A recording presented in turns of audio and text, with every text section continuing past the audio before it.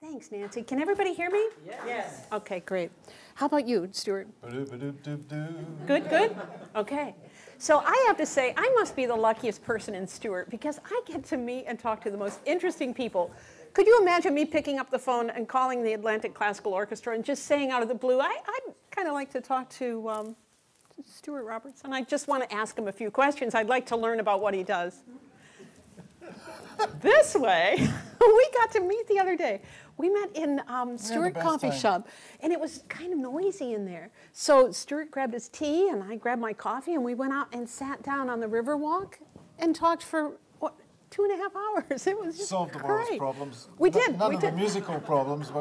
But have you noticed how things have improved in the last couple days? So I just have to say, I left that conversation truly so excited. I was so inspired, and I was thinking, we're going to have a great night tonight. I have to trust that there are many of you in the audience right now who know so much more about classical music than I. So I had to say this to Stewart, too. I mean, I need to be taught. I'm learning as I go. But for those of you, I asked some of you to write down questions. If you got a thing, that would be great. I know some of you did not return them. But that's okay. We'll open for questions a little later, too. Where's the paper? Ah, and he's got my pink pen, by the way. Musicians not allowed. Sandy will write down 1,000 questions. But no pen. There you go. Invisible ink. Yeah. So you have people here with you tonight. So it seems. Okay. Well, let's talk about who they are. Well, first of all, there's Sandy and Jackie Robbins. Sandy is our principal viola and chief spokesperson for the orchestra, ex officio. And Sandy is married to Elmar Oliveira, who is truly one of the world's, seriously, one of the world's really great solo violinists. And we've just struck up a tremendous friendship over the years. And Elmar and I actually set musical history in a modest way, in that the ACO made its first commercial recording about a year and a half, 2 years ago.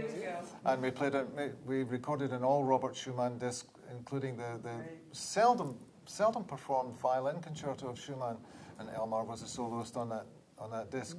So you're not allowed to ask any questions. None of you are allowed to ask any questions tonight. Thanks for the warning. And I have to apologize on behalf of my wife. She has bronchitis and unfortunately has no voice.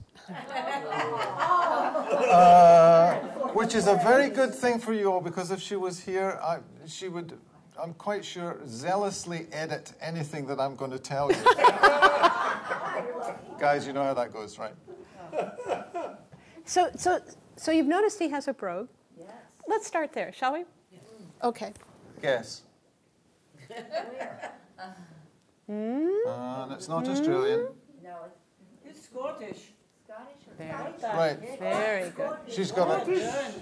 No, you have to be meticulous about where you place your glottal stops. There are 2 T's in the middle of Scottish. You have to sound them both. Scottish. Scottish. We can do that together.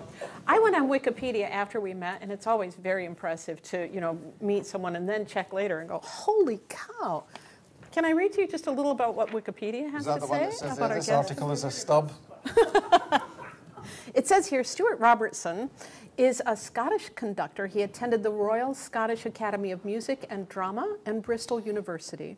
He studied piano in London with Dennis Matthews and conducting with Ottmar Sweetner. Very good, yes. Thank you. Good.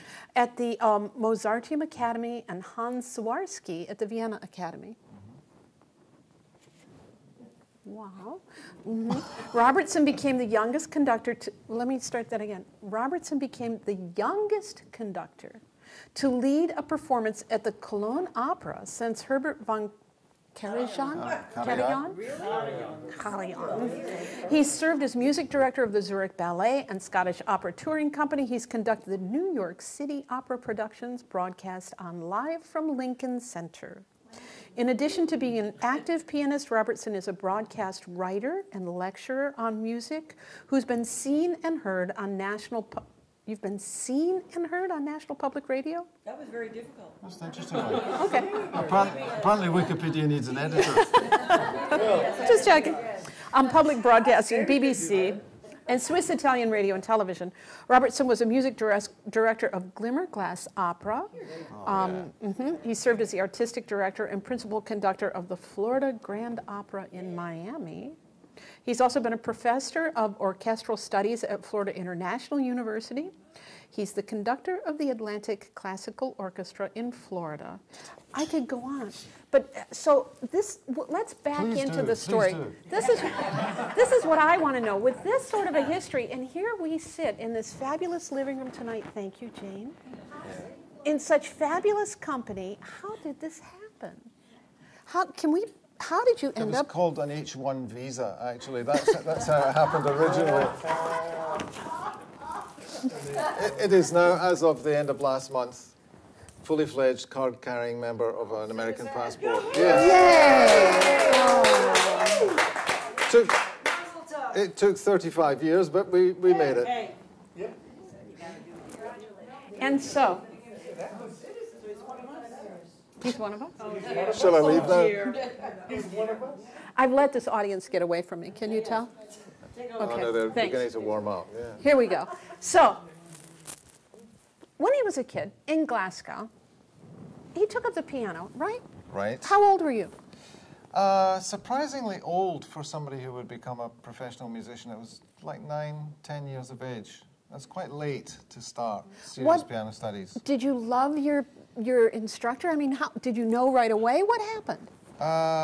My father and my father's family were all amateur musicians. Actually, one of my father's uncles was a timpanist in what was then called the Scottish Orchestra.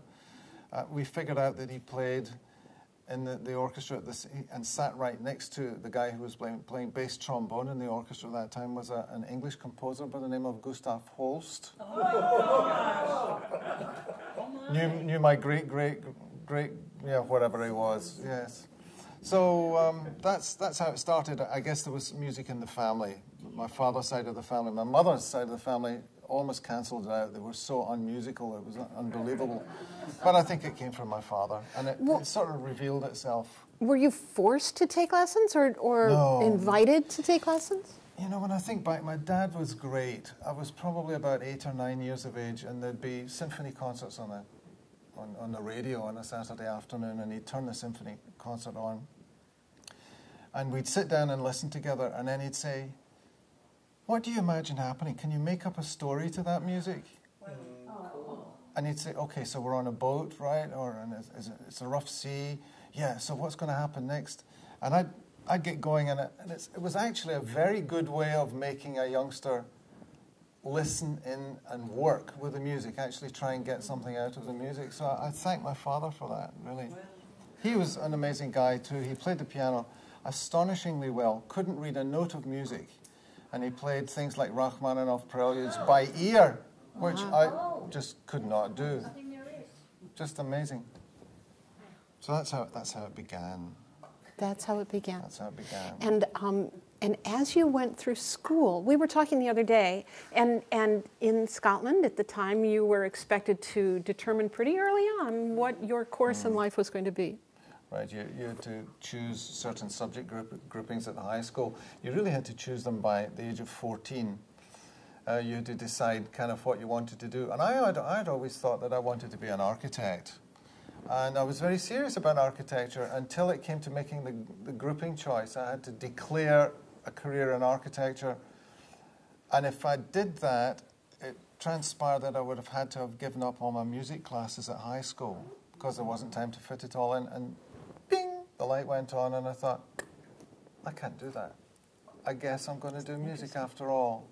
So it was decided just like that. I still am very interested in architecture, and musician friends will tell you there is a sort of mathematical shapes, geometry about music which is particularly fascinating. I can see the connection even if nobody else can. The conductor's the architecture of the symphony. And so thank you so much for bringing that up, because this is something I did not understand until our conversation the other day.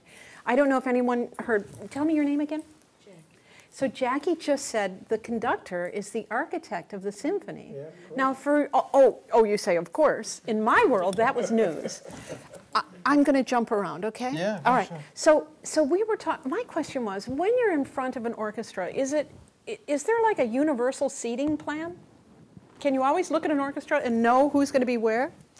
And the answer to that is, yes, there is, but very frequently it changes. I mean, normally, with a normal symphony orchestra, let's say, you've got on your left, if I'm the conductor and I'm on the podium standing here, you're all the orchestra. The first violins are there, the second violins are there, the violas are there, the cellos are there, and the double basses are up sort of in the next room somewhere at the back. and you get the flutes and the oboes sitting together on a straight in front of the conductor, and then on a riser that's a little bit higher, you'll get the clarinets and the bassoons, pretty much always in the same place. And then behind them, in various configurations, 3 trumpets, trombone, tuba, horns off to the left or right. So that's the basic stuff. But then conductors and places tend to mess around with that. If you go, for instance, to Austria or Germany, you will find that very frequently the conductors place the violins, first violins here, second violins on the right. So you get this sort of back and forward with the cellos in the middle. Or, like some of the orchestras in Vienna, first and seconds there, cellos in the middle, violas on the right, which is really confusing when you've got as a guest conductor and you're a young conductor and you've got your little route map all worked out. And you're giving corrections to the second violins and the guys are holding it. Suddenly you realize the guys are holding an instrument that's slightly bigger than a violin. I did that once with an orchestra in Vienna, an orchestra that rejoiced under the great name of the Niederösterreichisches Tonkünstlerorchester. If you can actually pronounce the name of the orchestra, you get a gig with the orchestra. And I had wanted to say something to the second violins, and I was a little nervous, and because it was an audition, and I turned to what I assumed was the second violins and gave a long, complicated explanation of the way I wanted the second violins to play to the violas. And very quietly, the principal violists just looked at me and said, "Das sind wir nicht." That's not us. Did you have to make those directions in German? Yeah. Did you speak German at the time? Sicher. You did? And so Karen's question was, did you speak German at the time? Which leads me to, I was wondering, if you're an international conductor, is there a universal language? Like pilots, I understand, worldwide speak English. So if you're a conductor and you show up in Austria, can you count on saying what you need to say in English and having everyone understand? And the answer is? Yes, depends where and when. You know, is there an international language in music? To a certain extent there is, because the notes are on the page, but then composers will write expression marks or tempo marks, and they are invariably written in Italian or German. The French obviously feel that they should write all theirs in French. So you can actually get by with a smattering of those 3 languages, just enough with each of those languages to get by. And it's amazing as a conductor how little verbally you can get by with, and actually orchestras really love you for getting by with very, very few words. You can just sing a little phrase or look in a particular way, and it's like telepathy, actually. Musicians will pick up exactly what you want. International language? It's a different type of brain. So to say brain is a little bigger. We don't all share that same type of organization. So, okay. So there you are, and you show up. How many people are in the Atlantic Classical Orchestra? How many musicians do you have? The Atlantic Classical Orchestra is technically what's known as a chamber orchestra, which means, in essence, an orchestra of about approximately the size that Mozart or Haydn would have known in the late 1700s, early 1800s, which translated into figures is about 35 to 40 players.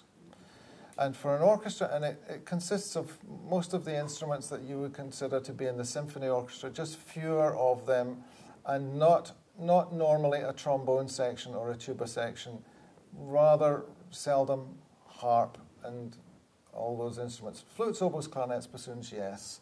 Horns, a pair of horns, where a symphony orchestra would have 4, a chamber orchestra will have 2. usually 2 trumpets, and not a lot of percussion. And a lot of the repertory that's written for what we call chamber orchestras is repertory from the 18th century, the first half of the 19th century. And then as you go through the 19th century, orchestras historically got bigger and bigger and added lots of extra instruments.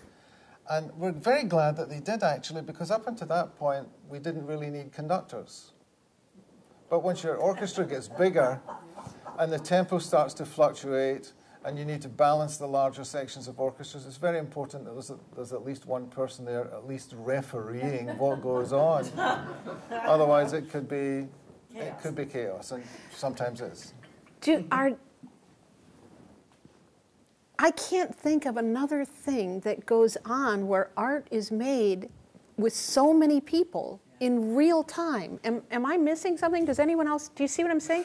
It exists only once in this moment, never again. Even if it's recorded, you don't get the live feeling, the energy that we get sitting here with you there. It's only going to happen one time in all the world. You know, my son is in the technology world, and he talks about this great new wave of what's called crowdsourcing, where lots of people will engage with a problem and everybody will come up with a piece of the problem. That's kind of the model that we have with an orchestra. Yes, there's somebody leading it, but everybody's input is critically important in it, and it can be a large group of people. And there must be an amazing amount of trust in order for them to look up and see what you're doing and know what you're saying and go with that. I think trust or lack of trust develops between an orchestra and its conductor over the years. Conductors are sort of bait for a lot of older, more mature orchestras. It's pretty tough as a young conductor to get going, because just imagine you're standing on the podium of a very fine orchestra and you happen to be conducting Tchaikovsky's Fifth Symphony for the first time. And there's a big horn solo in Tchaikovsky's Fifth Symphony, and the horn player in the orchestra has maybe played it 150 times, and you're conducting it for the first time, and you're going to tell them how to play it?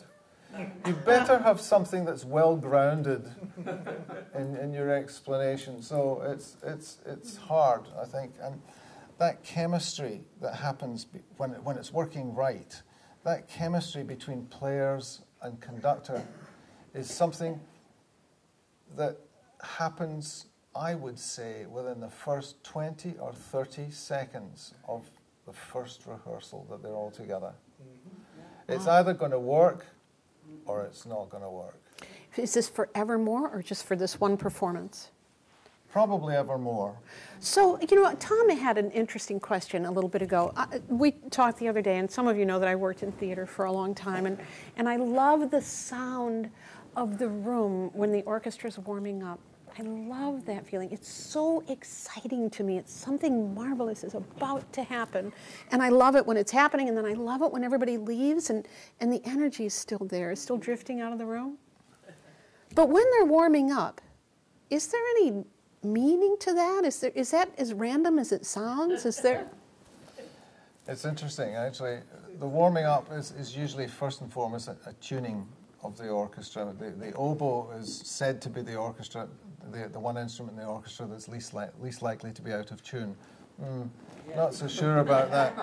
But tradition holds that the principal oboist of an orchestra gives an A, and in this country it would be A 440 beats to a second. And the orchestra, if you'll notice when an orchestra tunes, they let the oboist settle. They'll play, there's an A, you'll find a moment, the note settles for 2 or 3 seconds and finds a center. And the orchestra will sit very attentively, and everybody knows when the center of the note has been reached. And the orchestra will then tune their instruments. They'll tune their A, the strings will tune their A, and then they'll tune another string to the one that they've already tuned. So it seems random, but there's this great proliferation of tunes. You'll hear fragments of the pieces to come on the evening's program, just the last little minute of adjustment of a fingering or something or other. But that's what's going on. There's actually a lot going on in the space of, what, 15, 20 seconds perhaps. As a conductor, must you play something? Do your musicians expect you to be an exquisite talent with instruments? I think they may expect you to be a pretty sophisticated instrumentalist at some point in your career. Now, when you make the decision to become a conductor, the demands on your time, particularly if you're successful, the demands on your time are considerable. So it's really, really hard to keep up your instrumental playing to the same level that it was at the time, which is why I completely admire somebody like Daniel Barenboim, who's a great conductor, and he can sit down and he still plays like a world-class pianist, or even Michael Tilson Thomas at the San Francisco Symphony is a tremendous pianist. How these guys keep those skills going, I don't know, because it takes hours and hours a day to keep at that level, but some of them do. But probably to answer your question, orchestras have a right, I think, to demand a sophisticated level of playing from a conductor, whether it's on one instrument or two or three or four. They would expect you as a conductor to have a good grounding in an understanding of how each of the instruments in the orchestra works. Not necessarily that you be a sophisticated executant with every instrument, but you really know that if you're talking to a bass trombone, you really need to understand the difficulties of playing a bass trombone or a horn or a violin. So that's how that goes. Can I just ask a question about that? Because Lauren Mizell, violinist, right. Leonard Bernstein, pianist. I mean, of all the great conductors that I can think of, and this is a question I've always had in my mind, they're either pianists or violinists. Think about all the great. I don't know one that was a trumpet soloist. I don't. Jerry Schwartz. Well, Gerard Schwartz, but how about Pavel Jarvis? Pavel Jarvis, but you know, for the most part, they're either pianists or violinists. And could you kind of say why is that? Be? Well, I think in one sense, pianists have an advantage. Let me do this. You may not have heard the question, so let me repeat it for you. And the question is, most conductors are either pianists or violinists. But that's a string player. And so Karen wanted to know why that is. There you are. Yeah, cellist. Pianists, by nature of the instrument, you're playing harmony, melody, rhythm, all at the one time. You're reducing the orchestra score to what you can do with two hands on the piano. So you're getting inside so many different aspects of the piece you can see on the page, and you can play structure, line, all of those issues, whereas a trombone player would only be dealing with one line at the time. Violinist, yes. The violins, the string section is half of the orchestra, probably more than half of the orchestra. And of the string section, there are probably more violins on stage than there are violas, cellos, or double basses. So the first and second violins are tasked with playing probably overall the most complicated part of the music. So there's a sophistication of understanding in a whole range of aspects of music that I think string players have. So that's why I think string violinists and pianists or keyboard players would have that sort of basis of understanding. They definitely have an advantage. Let's talk about Atlantic Classical Orchestra. So basically 40 musicians. Thereabouts, yes. Okay. And where's your home? Where do you rehearse? Well, the orchestra serves the region, this whole up and down the coast region. We play concerts in Vero Beach, we play concerts in Stewart, and this year we're adding repeat performances of our 4-concert series at the EC Theatre in Palm Beach Gardens. So it's quite a geographical spread there. The orchestra office at the moment is in Fort Pierce. That may change, we're not sure. It may change to suit the geographic shift of the orchestra. So that's where our home is. And our players come from, Oh gosh, we try and find the best players that there are in the state that are available to us, and many of them come long distances to rehearse and perform with us. They'll come probably from within about 150-mile radius. That's Tampa. Tampa's 150 there's a lot miles of drive away. time. And they'll drive just to rehearse. Yes, and some of our principal players will fly in from New York or Chicago, or our principal bassoon is from San Francisco. So are they flying? Are they driving over like on a Monday morning and rehearsing for 2 hours and driving back? I mean, Not to San Francisco, no. They'll typically the way our week goes, as of this year, is we'll start rehearsals either on a Sunday night or more likely a Monday morning, do a Monday morning and a Monday afternoon, Tuesday morning, Tuesday afternoon, concert either the Tuesday night or the Wednesday night with a Thursday night concert, and then 2 concerts in Stewart on a Friday afternoon and Friday evening, by which time we're done, really done. So people who are flying in or traveling long distance will typically come into town on a Sunday evening and fly out again or drive out again on a Saturday morning. Where do they stay? Hotels, friends. Okay. We don't ask those questions too closely. And then they won't come back again for another Month. Or 3 weeks. 3 weeks. Actually, 3 weeks. So your season runs from January to the middle of April. And so you do this 4 times? We do. We have, yes. There are 4 programs per season. Then of course, this year we're adding a concert for youth concert, a youth program down at the EC Theatre. And we have a 3-concert chamber music series as well, which we play at the moment also in Vero and in Stewart at the Blake Library. So there's a lot of music happening. And we try and place the chamber music concerts sort of equidistantly spaced in between the orchestra programs, and you just sort of put them in the middle so that on average there's something musical, there's some kind of musical offering for the audience every 2 weeks. So I'm a musician. I've driven over from Tampa. I'm with you for the week. I drive back to Tampa, and what do I do for the next 3 weeks? What do your musicians do?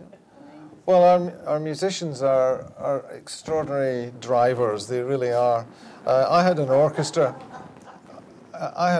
once in the greater Los Angeles area. There are a number of orchestras. There are a number of really fabulous orchestras in the LA area. The Pasadena Symphony, the Glendale Symphony, the San Bernardino Symphony, which is the one I had, Redlands.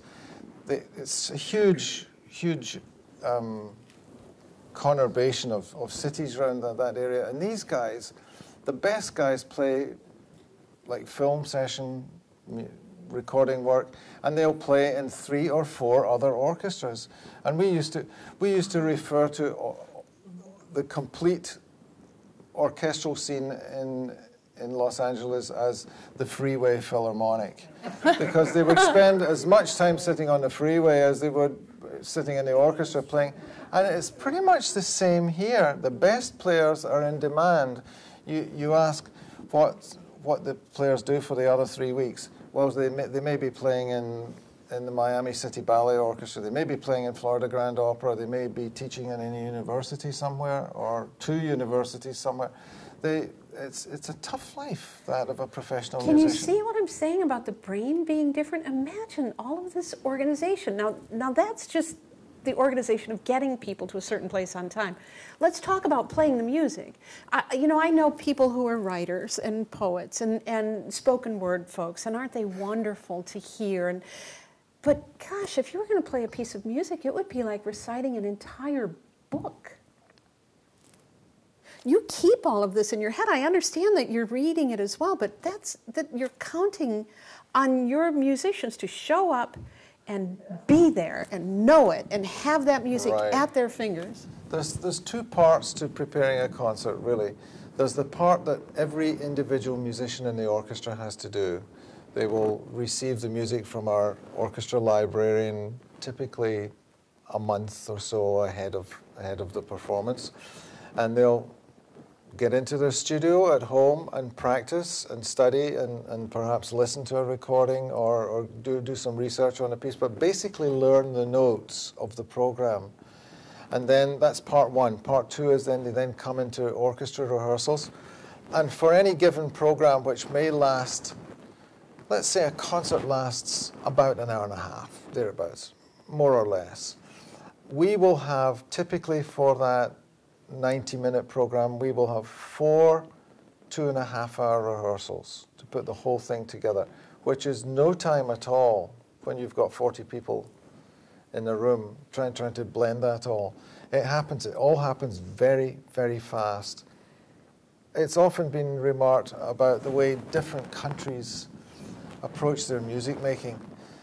And I've always thought that the States and in Britain, where it's always tight to get money for the arts, always tight.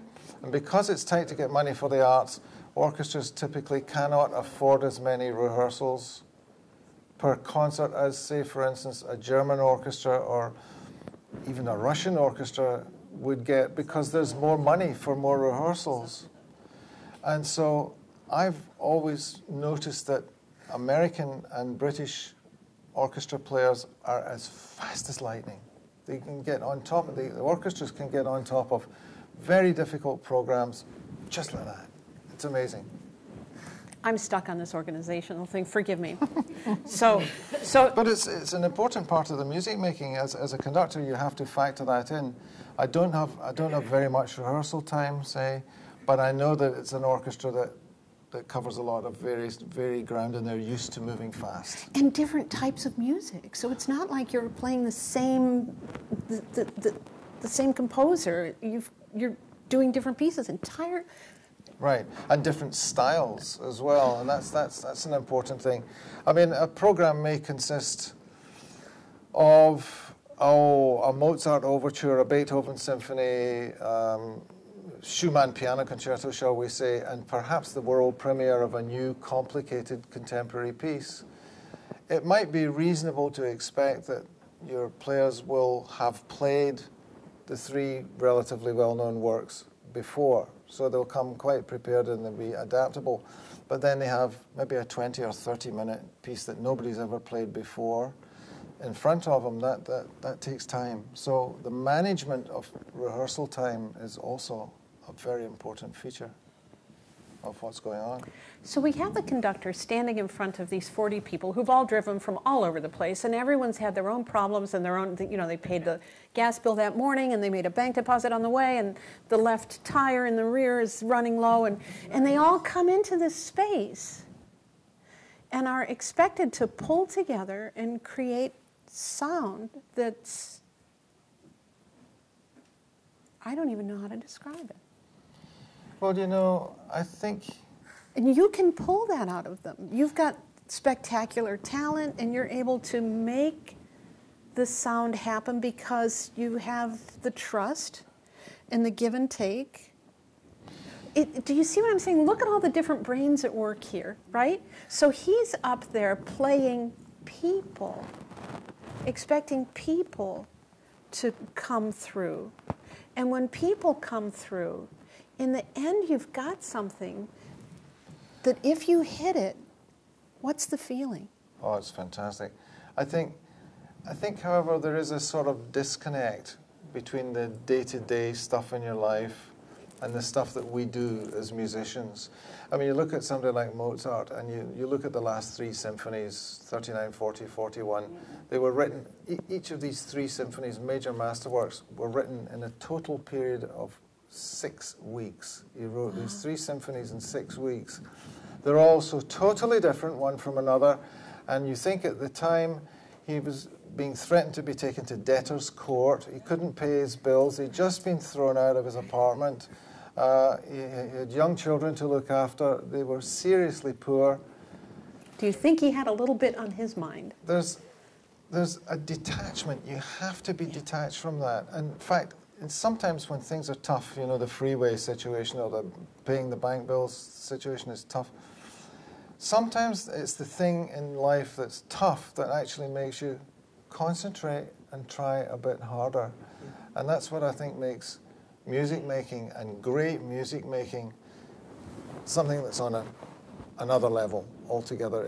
It's not we've talked a lot about the nuts and bolts of putting things together, but actually when it comes down to it, the nuts and bolts have all got to be there, but something else that's difficult to explain just happens. And we were talking about this the other day. You get into a performance, and every performance, even of the same, we will play this program that we're playing next week. We'll play it 4 times. One of those performances will be good. Another one will be, on the whole, better, but with some real low points in the middle. And the third one will have another characteristic, and one of them will know from about the second bar, it's just going to ignite. And it just goes, and that's a great moment. And nothing else exists. The left tire doesn't matter. Everything else is gone because you're there. That's you're it. in the moment. That's it. And you can stay in the moment for 90 minutes? Oh. Yes. Wow. Wow. Yeah. Yeah. Yes.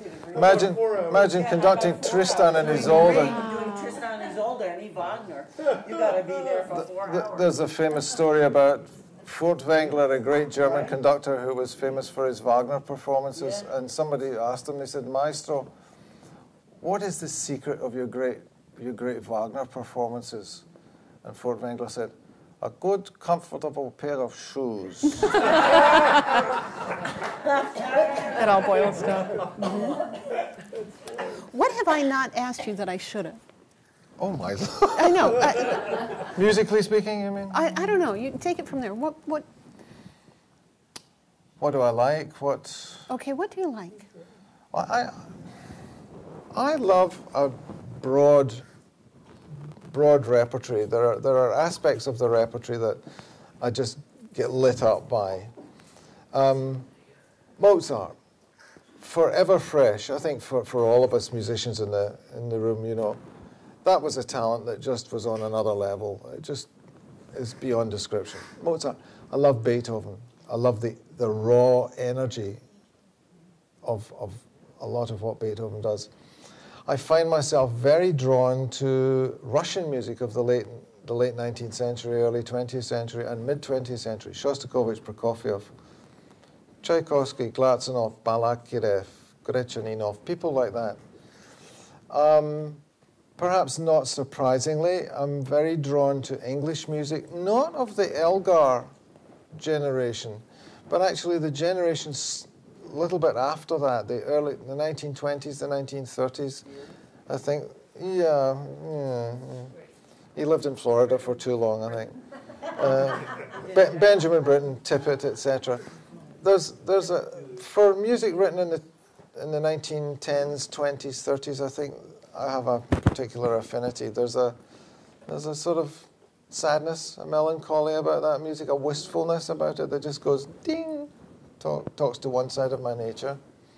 And then, what was that? William Walton. Walton, love Walton. Love William Walton. And new music. I've always championed new music all of my life. I've conducted over 100 world premieres of pieces. How do you even find that? I mean, how would you get a hold of a new piece of music? What would be lucky enough to end up, and how would you hold it? I have lots, because I probably consider myself a failed composer. I thought I wanted to be a composer when I was in my teens, and it really was only until I got in my late teens, early 20s, when I started to do some conducting. I found myself in a position of actually having to conduct some of the pieces that I'd written. And everybody should be in that position at least once in their life. What would happen is that people would come up and they would say, you know, you did a really good job of putting that performance together. Terrific, well done. What do you think of the piece? Oh, it was okay. And so I quickly figured out that maybe composition was not my strong suit, but the conducting was something. But you still appreciate and recognize good, strong, new composition. That's exactly where I'm trying to go with that one. Having tried to done it, people doing it and succeeding marvelously, there is nothing more thrilling for me. That's I love contemporary music. Not all there's good music, there's good new music, there's bad new music, and there's great new music as well. So it's finding those people and making these pieces come alive that's really fires my soul. How do you find them? That's my question. I've lots and lots of friends who are composers. Okay. And do they conductors. pass it up the line? I mean, if they find someone who's doing something wonderful, they keep passing it up? We have at ACO, we have a wonderful series called the Rappaport Prize, which is a foundation grant that was given to us 3 years ago to enable us to commission 2 youngish American composers per season to write a piece for us. Wow. And that's just rolled over now into another 3 years. We're rerunning that series for the next 3 years. And then when we've collected, as we will already have done by the end of this season, when we've collected a number of pieces, we will record those pieces commercially and release them on a commercial record label. How would one buy your commercial record label? Where would we find that? Oh, whenever the things are recorded, they'll be reviewed in the disc that we did together, Elmar and I. The discs are circulated around radio stations, music critics, magazines, etc. They get reviewed. People read the reviews. They will go online. It's almost impossible to find a good CD store now, so people are buying online. They can either download or they can buy an actual physical CD online. Okay. And that's great for the orchestra. It enhances the orchestra's personality. How does it enhance the orchestra's personality? Well, it enhances the orchestra's personality and it enhances the orchestra's reputation. You know, in trying to build a future for an orchestra, which I've been doing with my colleagues with ACO, been trying to do for a number of years, there are certain stepping stones in that. First is that I think the community in which the orchestra plays, or communities, have to know about the orchestra. They have to understand that the orchestra is a very fine orchestra, that it's in a sense a rare privilege to find an orchestra of this caliber playing not in a major urban centre. Did you get that? It's a rare privilege. It is. Well, it is. It is. I mean, put bluntly, the orchestra is absolutely fabulous. Mm-hmm. And sometimes people have to be told that in order to understand it. It really is a phenomenally good orchestra. You would never, ever imagine that outside of a major metropolitan area you would have an orchestra of this caliber. So you've got to get your audience behind you, and you do that by playing concerts. Then there has to be a national reputation for the orchestra, a national and an international reputation, and that is built by releasing recordings, and getting a reputation in a much wider circle. And when you get that reputation, then the touring aspect, the doors open up, because if you're being invited as an orchestra to go on tour to wherever, do a 2-week tour in Europe, the first thing that the tour coordinator or the manager will ask for is CDs. Do you have any CDs? Okay. So the commercial recordings act as a very powerful calling card for the orchestra. And I think you have to have all those things, the local, the national recording, and the touring, all in balance with each other, really, to make an orchestra really take fire. And we're working very hard at that. If you had one thing that would make a big difference for you, what would that one thing be, and what would the difference make? Money. Yeah? It's funny you should ask that. No, but so what would you do with it, and how much money? What would I do with it? It wouldn't take a lot of money, for instance, to make sure that we could pay our musicians a competitive rate that would enable them to choose to play with us rather than with, whatever other organization that they're involved with locally. It's very difficult for musicians who are making making a living by being paid by what we call paid by the service. A service is a rehearsal or a performance. If you're being paid every time the orchestra gets together, and if one orchestra is offering a player 75 services a year, and we're offering the same player 30 services a year, there's a tremendous financial imperative on the player to actually take the one where he's going to make the most money. If we can make that a little bit more competitive, that's what the money would do for us. If we can just push up a little bit more the number of concerts and recordings that we do, that would give us a huge advantage in securing the very, very top players. Where did Nancy go? Nancy, do you remember a couple of years ago when Michael, what's his name, was here from the Kennedy Center, and he had just come out with a book on, on funding for the arts, and he was at the Adrian Arch Center in Miami. Do you remember that? Did you go down for that? I was on the Florida Arts Council at the time, and so it was so interesting to hear these people, to hear him speak, and very entertaining, really educational. It was such an honor to be there in the Arch Center. I think it was just getting ready to open. I'm not sure it was there yet, but they gave us a lovely tour. And as we were talking the other day, it turns out, guess who was with the Florida Opera, which was at the... Yeah, I opened the Arch Center. Have you been down there to see this facility? It's so beautiful.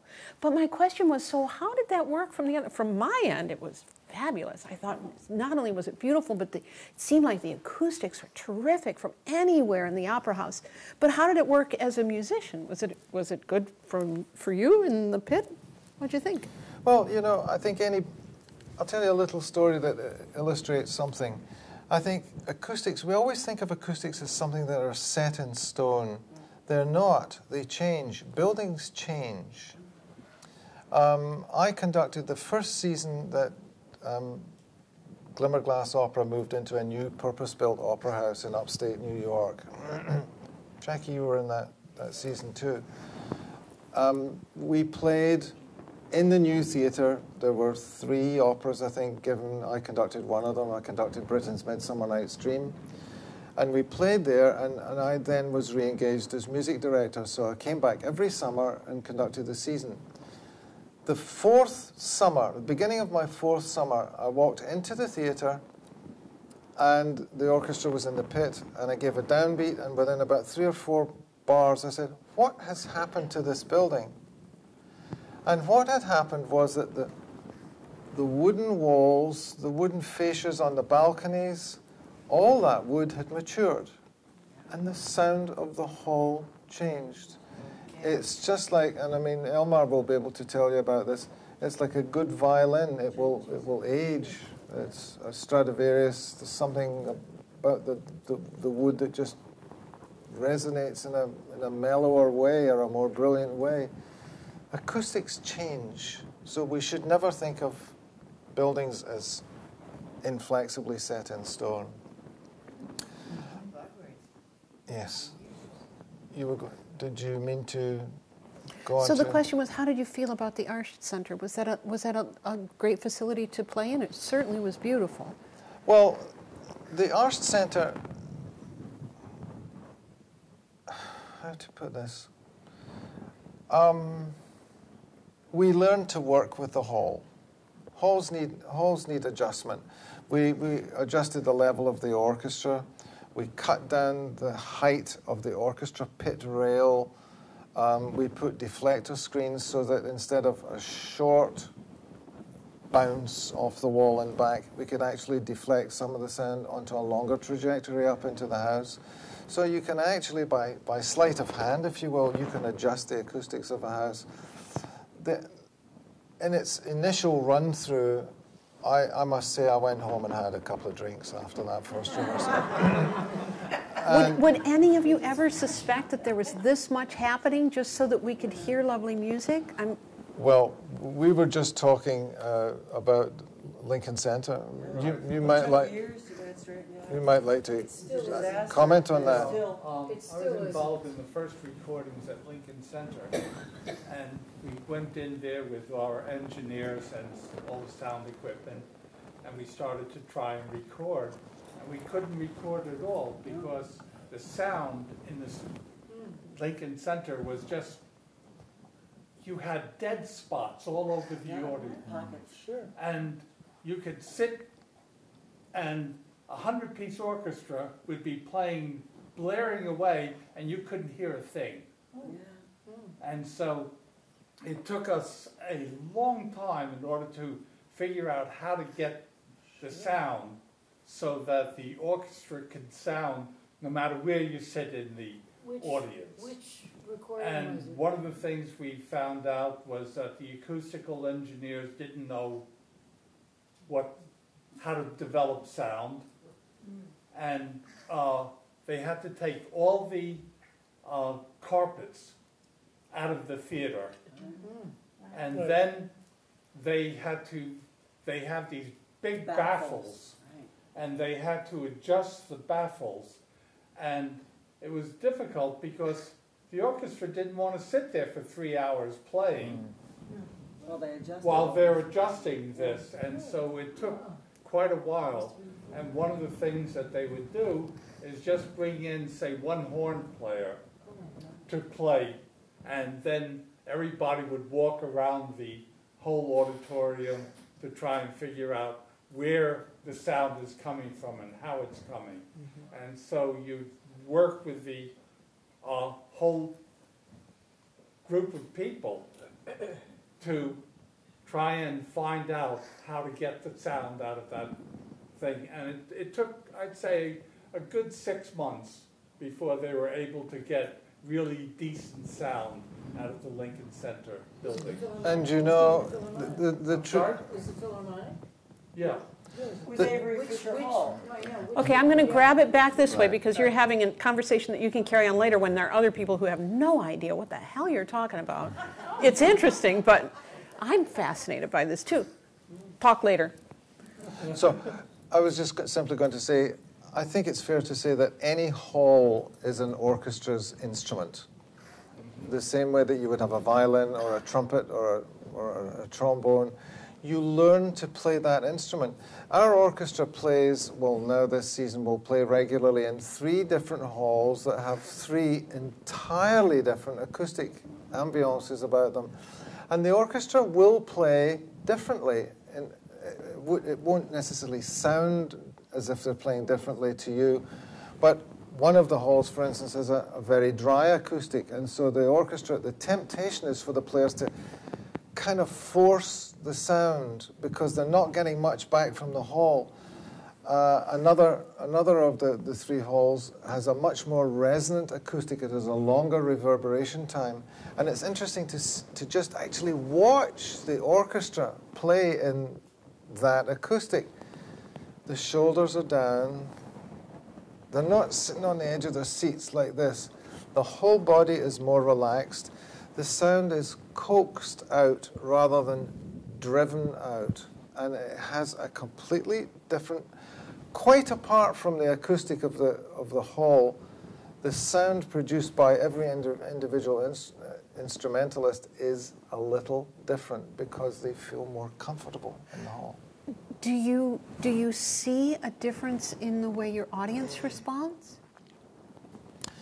Well, unfortunately, the audience is always in one hall, so they hardly ever get the chance to compare them from location to location. But we certainly, every week, we get that. Do you conduct differently? Absolutely. Same piece of music, different hall? Absolutely. So even if you can't hear it, you could just watch me in a wetter acoustic. In other words, a longer reverberation acoustic. I'm working far less hard. I'm doing more with smaller gestures. With smaller gestures. So this is back to that economy of words. Yeah. So you have like a body language that you're using. There's like a sign language that you've got. Yes, I mean, conducting is one of these things. You can actually basically teach the rudiments of how to conduct. We could do it here in 5 minutes. You learn to beat 2 pattern and a 3 pattern and a 4 pattern, and then everything's multiples thereafter. And you just go away and practice that for 20 years, and you'll be a conductor.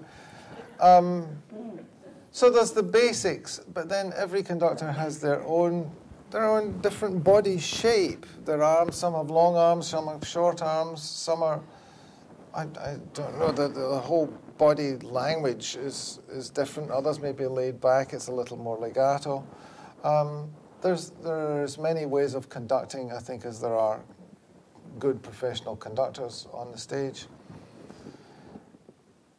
In the last analysis, and I think I said this to you when we talked the other day, at this point in my career, I understand even less what the actual relationship is between what the conductor does and what the players do.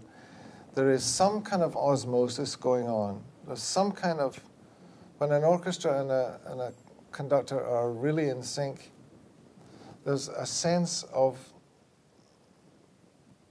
everybody just knows by small glances or by small gestures or turning the body or turning the head somewhere, they'll just know exactly what to play.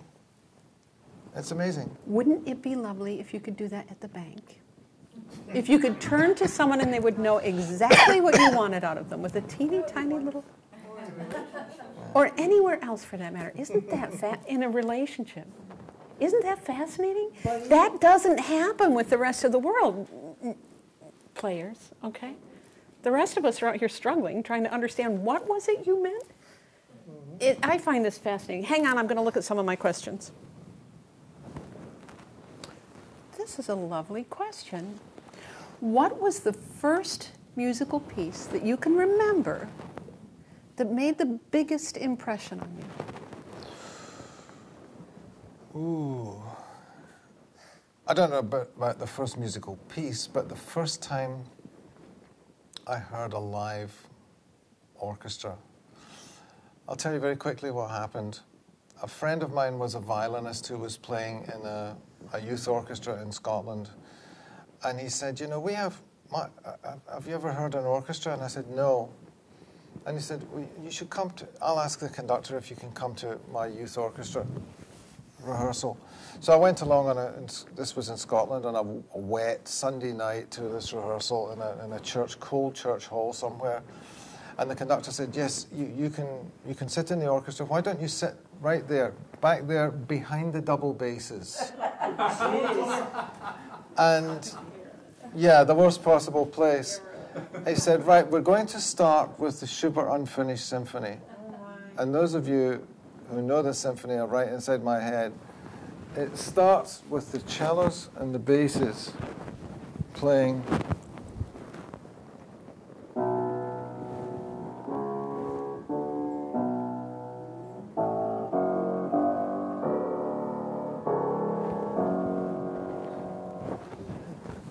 And the whole floor shook. And that was it. That, I swear, that was it. Bing! Reality. 110% man. I thought, that's what I want. That's got my name all over it. That's absolutely what I'm going to do. Wow.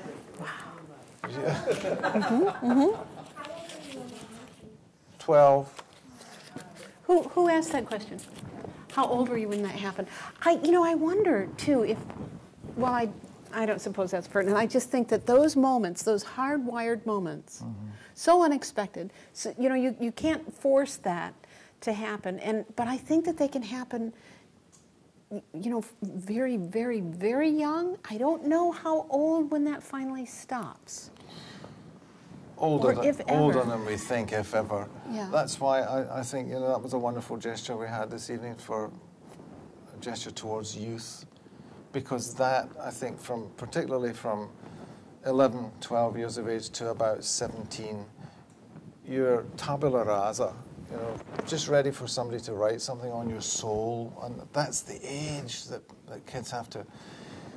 They have to hear music, they have to play music, they have to be exposed to it, and who knows what's going to spark, something will ignite that that becomes a raging fire when they're 25. What can we do to help you? Well, just keep doing what you Okay. do. Come to concerts. Tell your friends. Let's all go together. Wouldn't that be fun?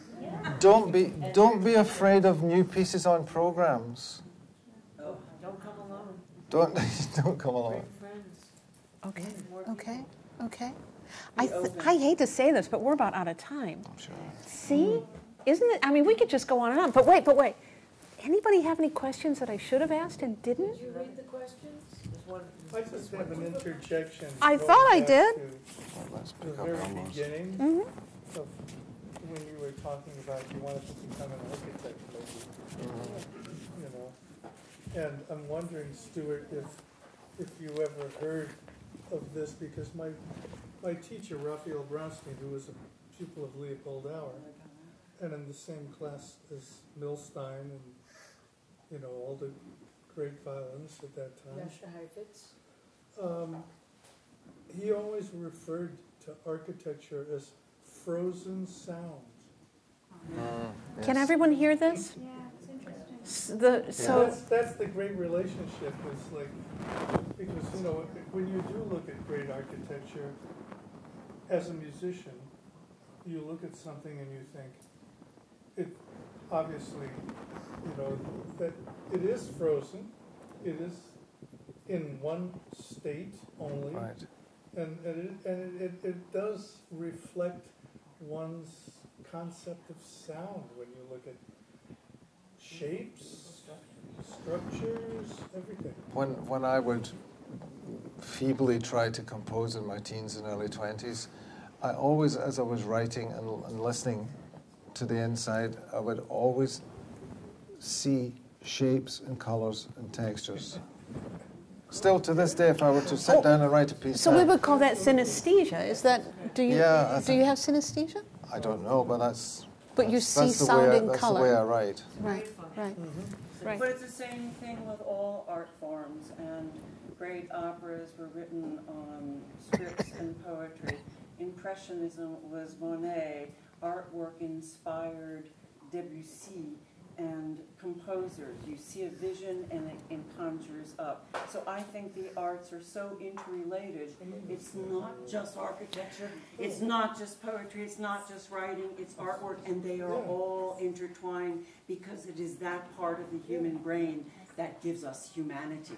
Well, I And believe expression. that it's a communication. It's a tool of Absolutely. communication. It touches the heart, and then Absolutely. one form inspires another. That's what's incredible about what all of you are doing, because you're basically connecting all the arts. Trying to show that they are And connected. of course, everything is connected. Yeah. I mean, it's like, and it's not just art, but it's also science and mathematics. It's life. Because, We have another like, question. music is that way too. Oh, sorry. I just have a statement. Mhm. I was a teacher, and I used to take kids to Europe. I've been many times or whatever. And someone I had along the way as a guide said, the arts are the opening of our soul.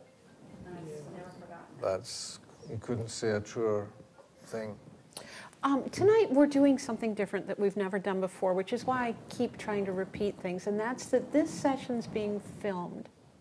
So we'll be able to look back on this later. We'll have an archive of the conversation. So say that again for me, and let me repeat it for the film. Okay, the art is the opening of our soul. So that art opens the window to the soul. Is that, yeah. Yeah, I think we're all speaking the same language. It's just so interesting how we organize ourselves differently. Yes, Jane. And as I understand, Winston Churchill, during the Second World War, they said we need to cut these art programs. We have to cut them. And he said, and I'll never forget reading this, he said, what are we fighting for? That's it. Yeah. Which really chills. And he himself was a very gifted painter, actually. We really have to remember that today, don't we? Oh, yes. Because so many art More than programs ever, are canceled. right now. Well, at Never this been point, truer. I'm going to say thank you all for being such a fabulous audience. Thank you, Stuart.